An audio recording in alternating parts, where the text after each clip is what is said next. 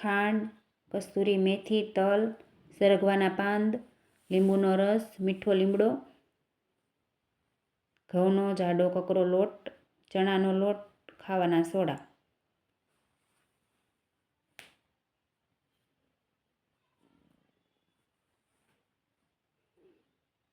એક કપ આપણે જાડો લોટ,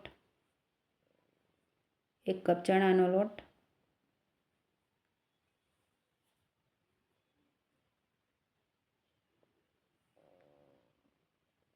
2 ચમચી તલ,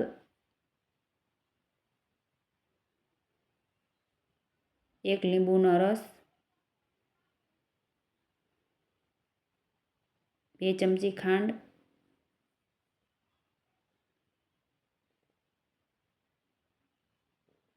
2 ચમચી કસૂરી મેથી,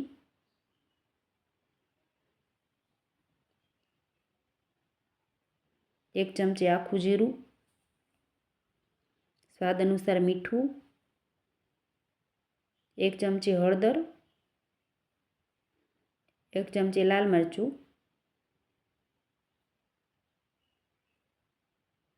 હવે સરગવાના પાંદ આપણે કટ કરી લઈશું.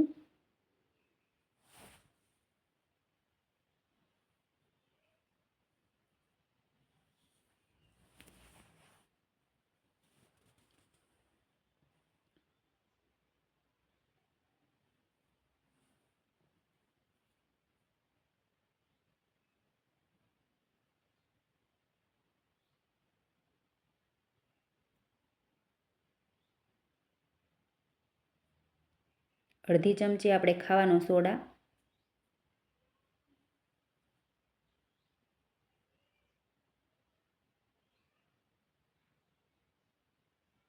એક પાવડું તેલ,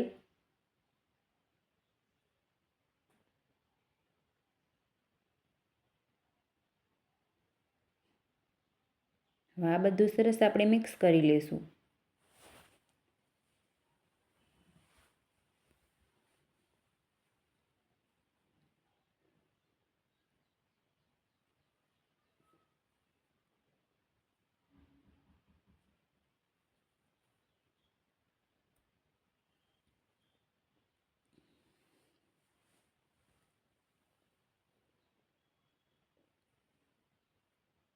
હવે આપણે સરસ નરમ લોટ બાંધી લઈશું.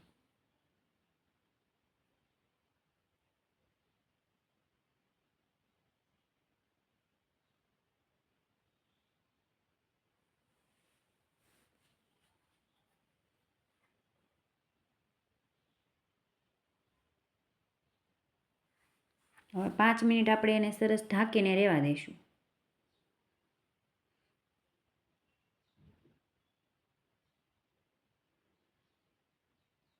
5 મિનિટ પછી આપણે જોઈ લઈશું.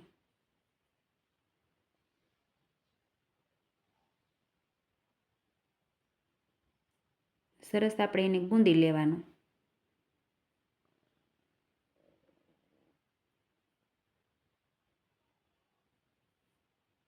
હાથ હારે ચોટે નહીં એટલા માટે આપણે અડધું પાવડું તેલ ફરીથી લેવાનું.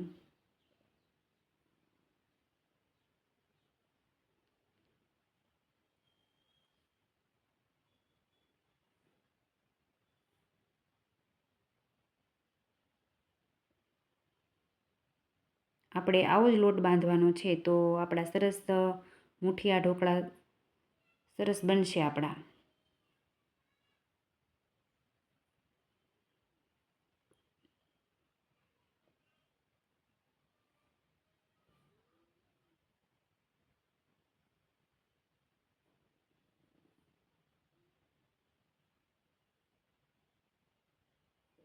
તો આપણે આવી જ રીતે બધા જ મુઠિયા ઢોકળા બનાવી લઈશું. મુઠિયા બનાવી લઈશું.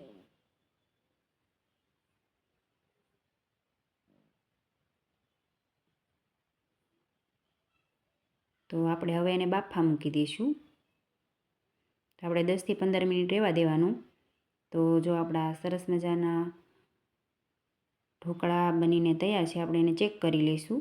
જો સરસ ચડી ગયા છે.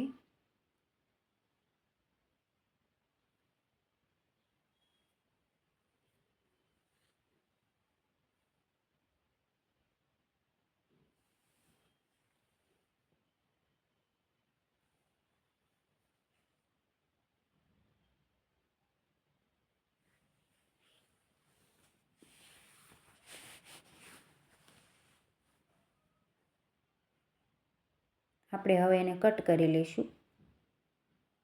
આપણે એને ઠરી જવા દેવાના, પછી જ કટ કરવાના.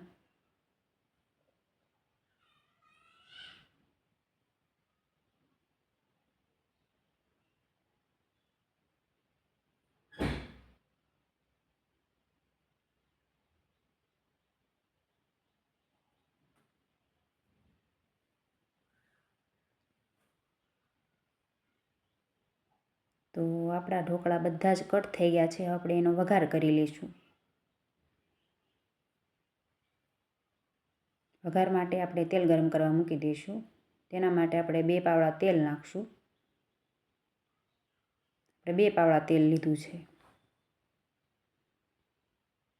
તમારે ઓછા તેલમાં બનાવો હોય તો તમે 1 જ પાવડું લઈ શકો છો.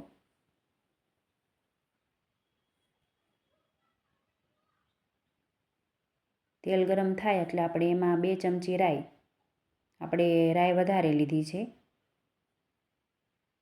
કે ઢોકળા હોય કે મુઠિયા હોય એમાં રાઈ વધારે સારી લાગે.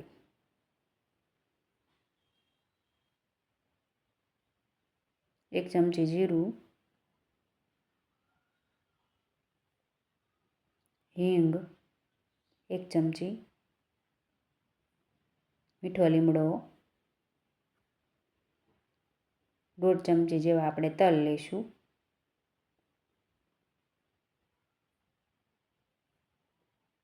સરસ બધું આપણે સતળાવા દઈશું. હવે આપણે એમાં ઢોકળા નાખી દઈશું. આપણે આમાં આદુ કે લસણ કે લીલા મરચાં કશું જ નથી નાખ્યું કે આપણે નાના બાળકો માટે હેલ્ધી નાસ્તો બનાવ્યો છે. એટલે સરગવાના પાન એટલા હેલ્ધી હોય છે બાળકો માટે કે એ ખાય તો શરીરમાં કોઈ જાતનો રોગ એને નથી થતો. એટલા માટે આપણે આ 2 ચમચી મરચું નાખ્યું છે. આ સહેજે તીખું નથી, આપણે ફક્ત કલર માટે જ નાખ્યું છે.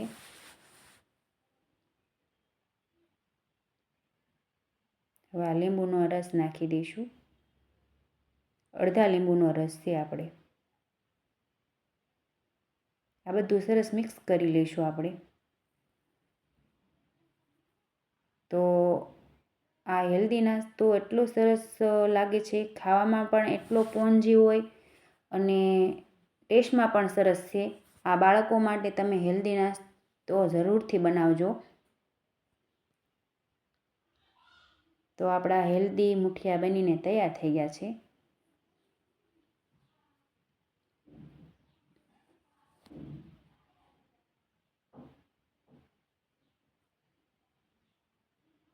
આવી રીતે આપણે બધું મિક્સ કરી લેવાનું.